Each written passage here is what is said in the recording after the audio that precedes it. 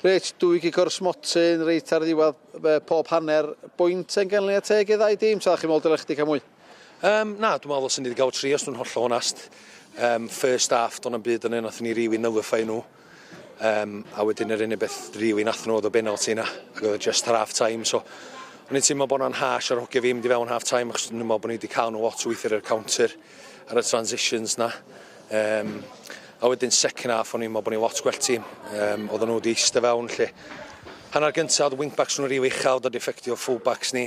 A wedyn nathon ni gallu rhoi Mation, which is natural left-sided, a o'n i'n gwneud yn y masif o waniaeth, a nath nhw wedi eistedd fewn. Dwi'n meddwl oedd nhw'n trio gwarchod be o gynnyn nhw, a swn i ddweud bod o'n detriment yn y diwedd. Days on reflection of the 90 minutes draw or a fair result? No, definitely not. We created loads of opportunities. Missed 4 or 5 gilt-edged chances. Kit's made a couple of good saves, yeah, fair enough, but I thought we were outstanding tonight. I think we've been outstanding for a very long time, and we've just cemented a club record, 16 games unbeaten. I am so proud of my players. I thought they were absolutely outstanding. But I think, in my opinion, I think we were the better team. Caernarfon are a fantastic team. They've got loads of forward options. Look at their bench today. That's without obviously Ryan Sears and Josh Locke in the squad as well. And we've got a very good squad. So it's a great advert for the league. I thought it was a good game. I thought it was really competitive. I think we looked really sharp, really fit. I think we were getting into our final third. We got our wing backs into the box 6 or 7 times. And yeah, I thought we were really good. And ultimately we've conceded a last-minute equaliser. But like I've said, 16 games unbeaten. I couldn't be prouder of my players. Nathon ni concede penalty ar amser rili drwg, dwi'n meddwl, just cyn yr hanner amser.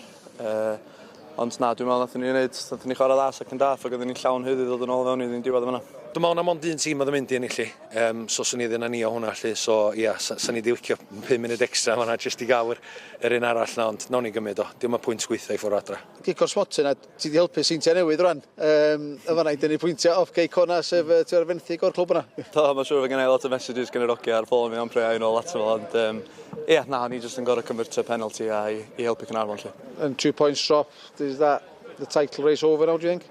I don't know, is it? Oh no, just a question that 1-0 up, with a few minutes to go and conceding that. I think like I answered the question last week, didn't I? We're a club that's massively in transition this year. We at the start of the season, if anyone would have tipped Connah's key nomads to win the league, I think you'd have to find a very brave person. So like I've said, extremely proud of my players for getting 16 games unbeaten. If we can go unbeaten for the remaining 8 games, I'll be absolutely made up, and what will be will be. But all I can say now is it's another point on the board. It's another point closer to the tally that we want.